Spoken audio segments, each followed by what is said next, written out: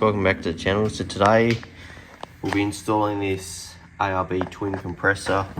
It's an older one of mine that I've had for a couple of years, and this Redarc battery isolator relay. I'll be treating it as a relay rather than a voltage sensitive battery isolator. And you've also got an override here, so you can connect a button up to it or a switch so you can physically override it. Anyway, we'll get into it.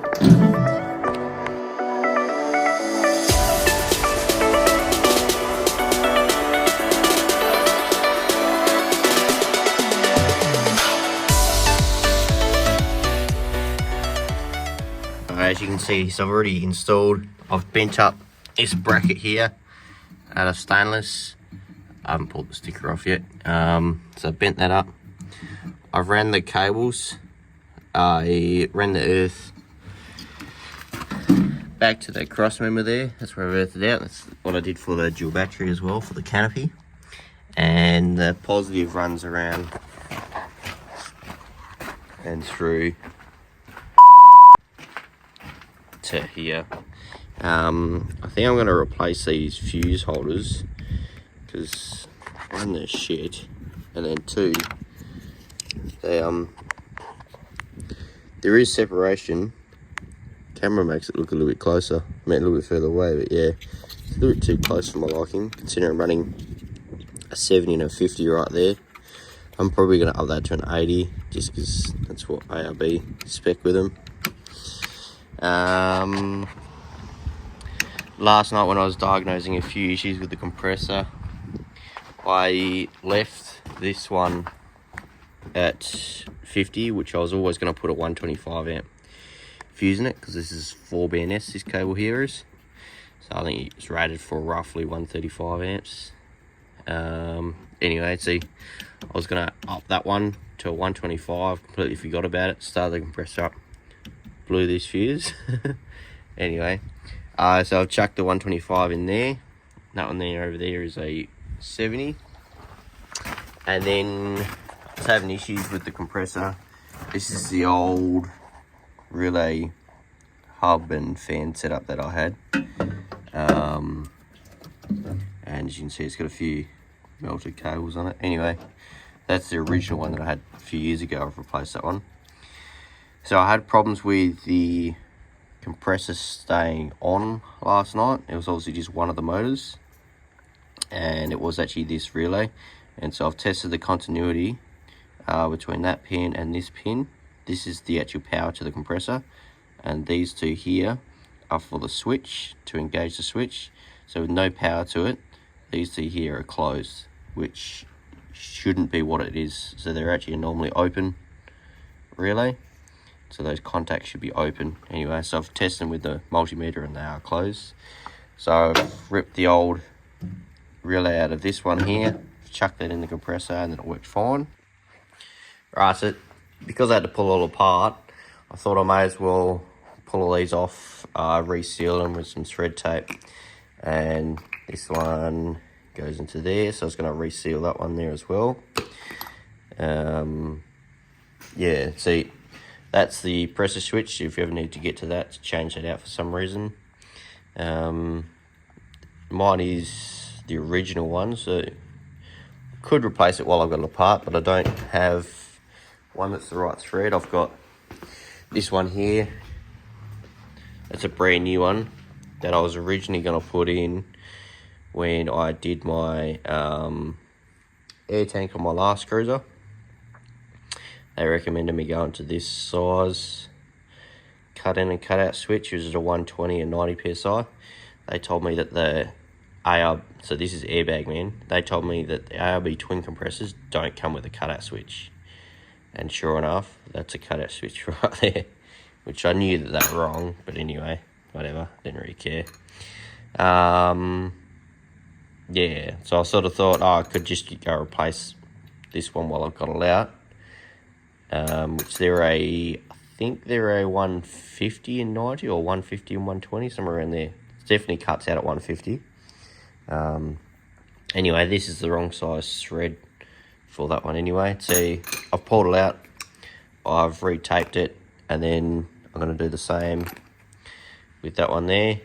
I'm only doing it just because I've got it apart anyway. It's a little bit awkward to get the compressor in and out of that toolbox. So if I've got any issues in the future, I kind of want to minimise what I'm going to have now. Anyway, so that should, there we go. So it went down. Screwed that all back together. Now, just so you're aware of how I diagnosed it. So I ran your power into there, and I ran your switch into here.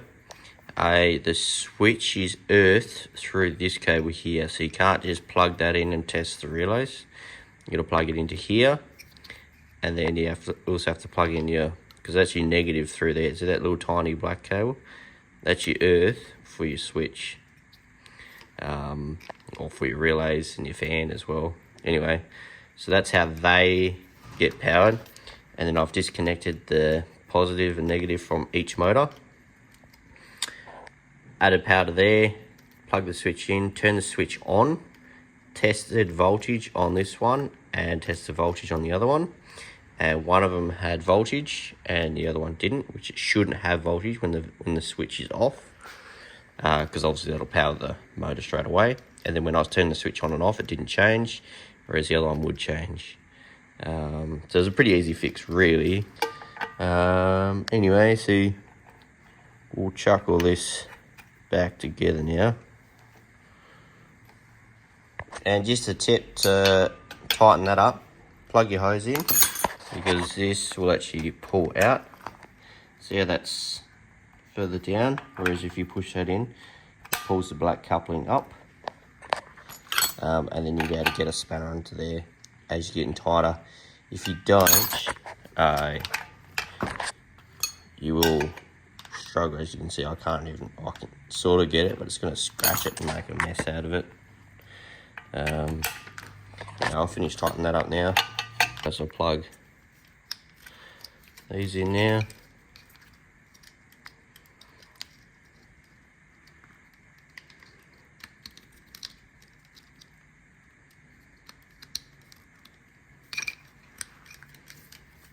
Done. So that's all ready to go back into the car. I'll just chuck this rubber grommet over this so I don't burn myself next time I go to air my tyres up. Just want to show you what I've done here. So I ran 2 electrical glands from the back side. They're all tightened up. I've actually shortened up the harness, got rid of all the crap out of it. And I've got so the power coming in is joined off the positive. It's fused because obviously this is far smaller cabling for the switch. And then I've got the diode just here running into the switch, and then the other end of the switch goes to the purple lead, which is your positive, running into your relays. The negative here just supplies earthing for the lights on here, but my lights don't work on this switch. The switch is quite old, so I don't know, I had a look last night and they just weren't working, so I didn't really care too much about it. So the black cable I've just taped up on the inside here, obviously heat shrinked it all, made it all look nice and neat. And then that's pretty much it on that end. This end here to the 2 positives, these 2 here you can see together, and then just one straight 4BNS size cable from the engine bay. We'll get on to the relay. Yeah, I've actually bent up a bracket for here. I'm gonna go see if I can find some different fuse holders rather than bolting this in yet. And then what I'll do is I'll basically bolt that there, and then the relay will mount there. Alright, so a bit of an update. Since I've had this off, decided to put nut certs in here, so I just went and bought some stainless steel nut certs. Just because it's going to be too hard, it's really a pain to get to that one. By the time I put the flashing over here, that bracket, I'm not going to be able to get back in there. So I've just decided to put some nut certs in there, and that way it'll be over and done with. It'll be easy to get on and off for future. Bit of an update. Obviously, kind of chuck that in. and I've decided to go against the Redarc voltage sensitive relay and go with this instead. Probably a little bit better suited to the application. So it's just a standard relay, and I'll just trigger this off ignition. This is the accessories outlet box that I was talking about. So there's a constant feed, accessories, and then there's an ignition feed. So I'll wire it off there, and then I'll be able to earth it out just here as well. So that's all cut up. So I'm just going to clean that edge up with the grinder. So I'll just cut that with the jigsaw.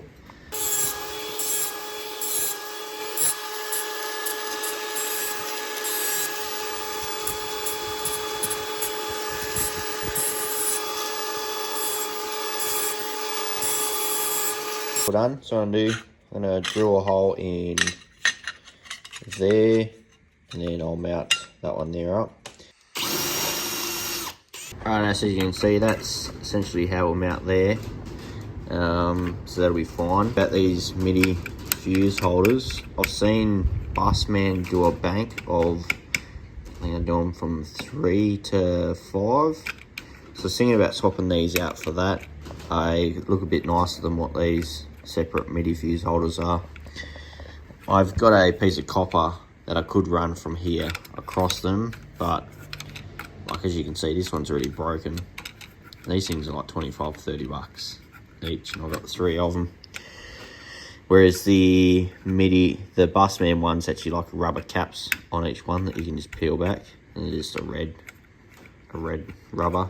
They look quite a bit nicer than these. I'll put a photo up on the screen now for you so you can have a look. Otherwise, yeah, comment down below if you've seen something a bit nicer or you're using something else. Let us know. As you can see here by fuses in the terminals, I've got to bugger these 2 cables off at some point. One was for the camera, and then one was for the brake controller that I've already ripped out. Anyway, so you can see here you got constant battery feed, 20 amp, so that's that first one there. And then you've got a 10 amp ignition feed, which is the middle one, and then you got an accessory feed, which is that one there. So I'm going to be running them straight off the ignition. Yeah, so that's what's going to trigger the relay to turn on.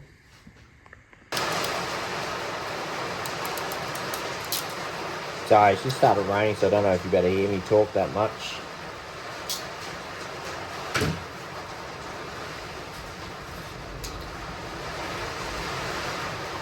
So that'll crimp, so I'll feed on this now, and then I'll work out how long to cut the cable to. That'll be probably enough there, and I'll chuck some heat shrink over the top of that as well. As you can see, I've made up that little harness. So what I'm doing, I'm just going to test it first just to make sure it works. It's pretty easy to do. Easiest way I've found, supply positive and negative, and you'll be able to hear and you can actually feel the relay click. I'll put you in a better location so you can watch. Alright, so I just lay black on the earth and then red to power constant feed, so you can hear that click. There we go. So it all works fine. So I'll go ahead, chuck that in, and I'll show you once it's all done. So just screw that down onto here.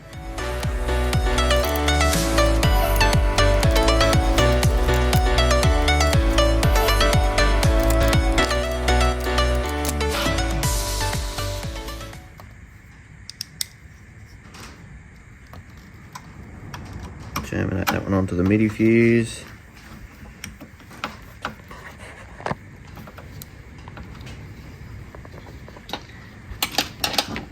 This one will come around the back.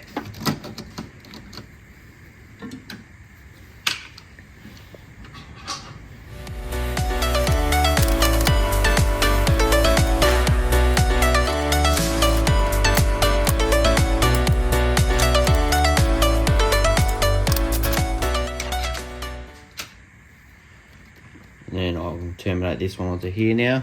If I add power to that, you can hear the relay click. It's telling me that it's all working fine.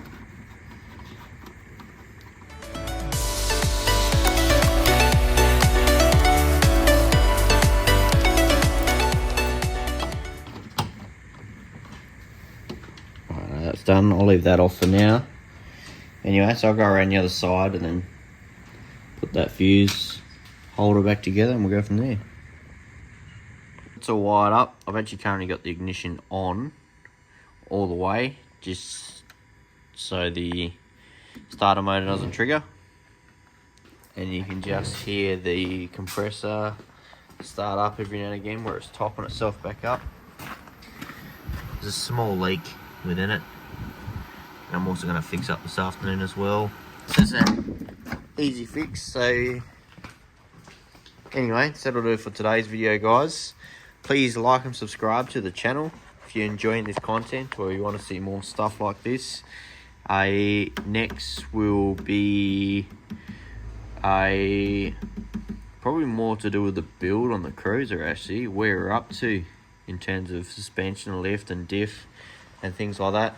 I have received the tyres, so here's a sneak peek of what we got. That's as much as you're going to get. Anyway, you'll have to look out for the next video and I'll give you an update on what we're doing there. Cheers, guys.